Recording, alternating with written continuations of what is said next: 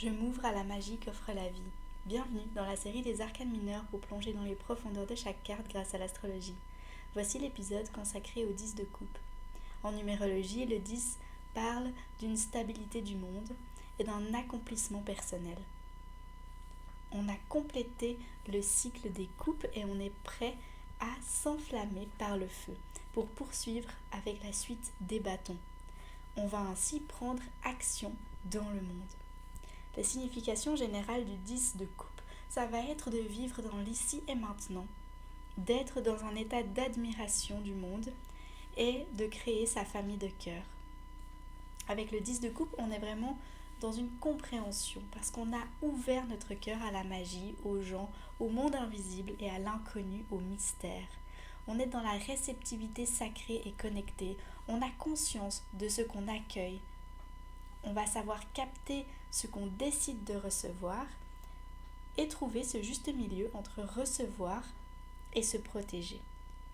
Avec le 10 de coupe, on vient vivre dans le moment présent, ici et maintenant. Ça ne veut pas dire dans le passé, dans les souvenirs, dans la nostalgie ou le regret.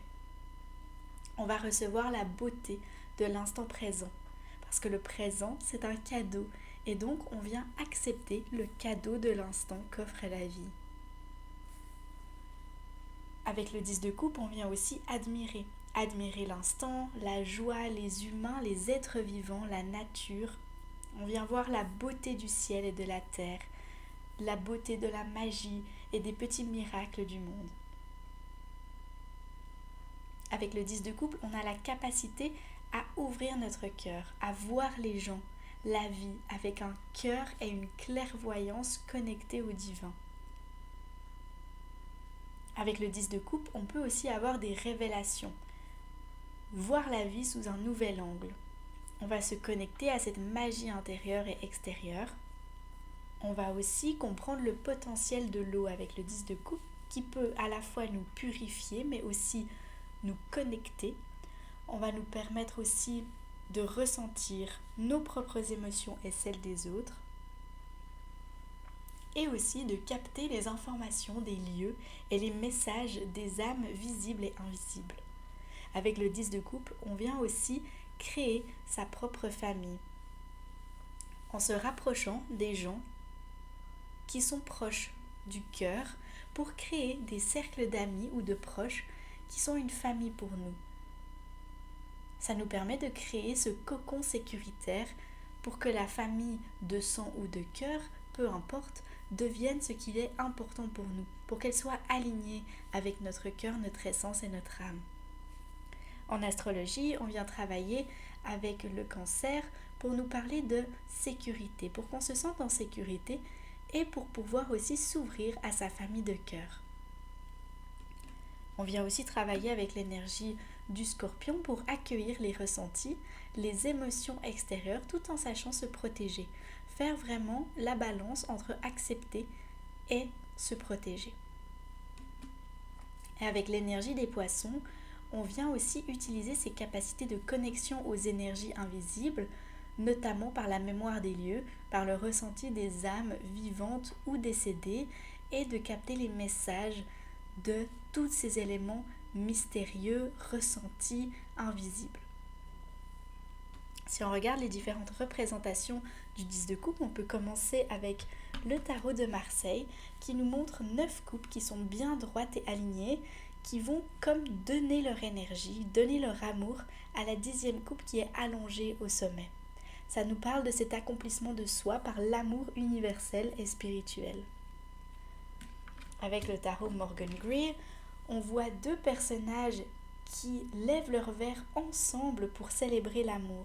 On voit qu'ils ont un verre pour deux personnes et de cette union-là naît un arc-en-ciel. C'est la complétude, la paix et la beauté qu'offre l'amour, qui permet de grandir et d'aimer tout simplement. Avec le tarot des rêves de Gaïa, on nous parle du fait de vivre complètement dans le présent, de se sentir serein et sereine et à l'aise dans l'instant. On a un cœur tout en haut de la carte qui est connecté au troisième œil. On voit aussi un troisième œil qui est connecté à ce cœur-là et ça nous montre vraiment cette illumination de la réalité à partir de notre chakra du cœur et de notre essence vitale. On retrouve aussi le symbole des 3 lunes qui correspond à la déesse aux 3 visages qui est à la fois Vierge, Mère et Crone. Et c'est un message qui vient nous rappeler qu'on vient embrasser toutes ces facettes de notre personnalité, de notre monde intérieur. On est capable à la fois de créer, de donner vie, d'être inspiré, d'être sensuel, d'être connecté au monde invisible et à la fois tout simplement de profiter de la vie. Et la tortue tout en bas nous rappelle aussi de suivre le moment présent et la paix du courant de la vie. Avec le lilifère tarot ici, on voit que le poisson passe d'une coupe à l'autre. Ça nous rappelle l'énergie de la tempérance qui incarne vraiment la paix et l'harmonie interne. On retrouve les 2 bras qui tournent autour comme s'ils se faisaient un câlin et que ça leur permet à la fois de soutenir et d'embrasser tout simplement le temps qui continue à poursuivre son cours, le flux naturel du mouvement. Et donc c'est cet amour, cette connexion l'un à l'autre qui permet à la fois de soutenir les couples et de suivre le courant de la vie.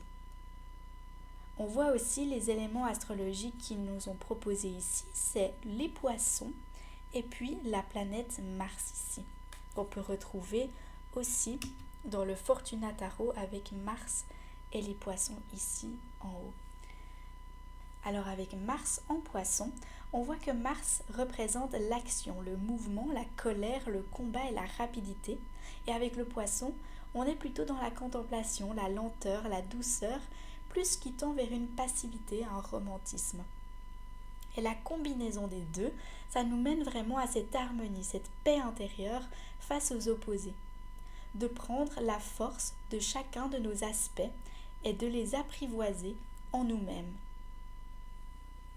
Si on regarde le Vision Quest ici, il nous parle de réalisation, de se sentir complètement en paix et en joie dans l'instant présent.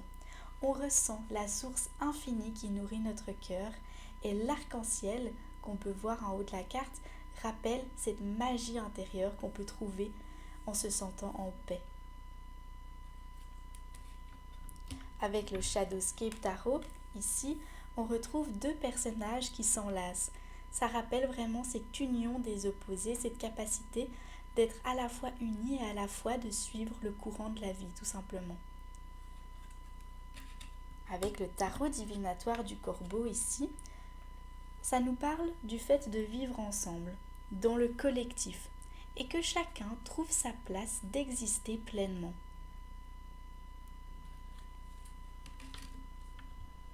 Avec le tarot alchimique ici, on a tout un processus de distillation. Ça nous permet de tirer l'essence de la substance qu'on essaye de distiller. Et ici, puisqu'on parle du 10 de coupe, on est vraiment dans l'accomplissement total des émotions et du monde intérieur. On nous parle de ces émotions qui sont un monde très complexe et sophistiqué. Et pour le comprendre réellement, pour comprendre tout ce qui se passe en nous vraiment, il faut comprendre à les décortiquer. Il faut apprendre à aller chercher leur essence.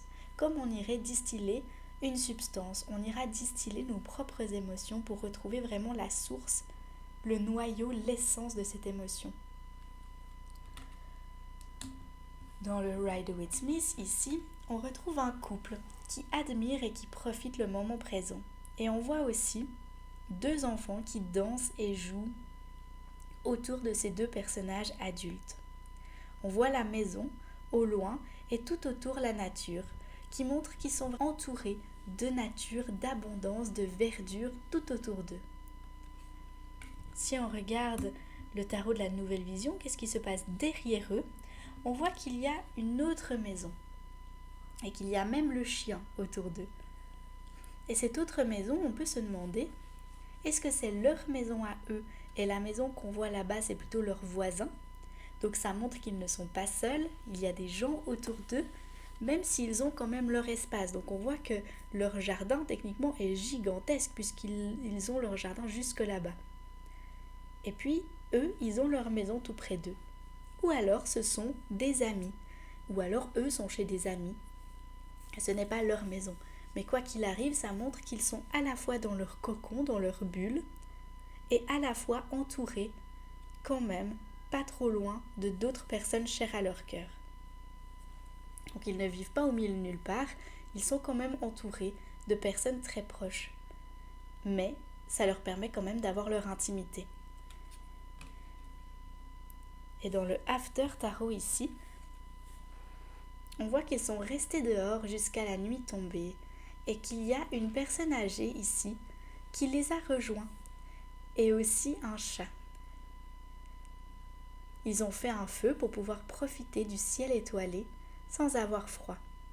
Et on voit que ce moment vraiment apaisé de profiter de l'instant, ça les suit jusqu'à la nuit tombée et que peu importe le temps qu'il fait, ils peuvent vraiment profiter du moment et accueillir d'autres personnes dans leur intimité. Avec le tarot du bon karma ici, on retrouve une famille unie, complète, riche et aimante. On retrouve vraiment ce cocon familial où chaque parent embrasse son enfant, le tient en sécurité. Tout autour, on voit des nuages pour montrer qu'ils sont vraiment dans un cocon et qu'ils sont vraiment accomplis avec cet arc-en-ciel au-dessus d'eux. On retrouve vraiment l'accomplissement du cœur. Ils ont tout ce qu'ils désirent et ils se sentent en paix dans leur vie ici et maintenant. Avec le 10 de coupe, on peut se demander quelles sont les personnes avec qui je me sens à la maison. Merci d'avoir regardé cette vidéo. N'hésitez pas à aller voir la description pour avoir les références des tarots utilisés ainsi que ma bibliographie. À bientôt!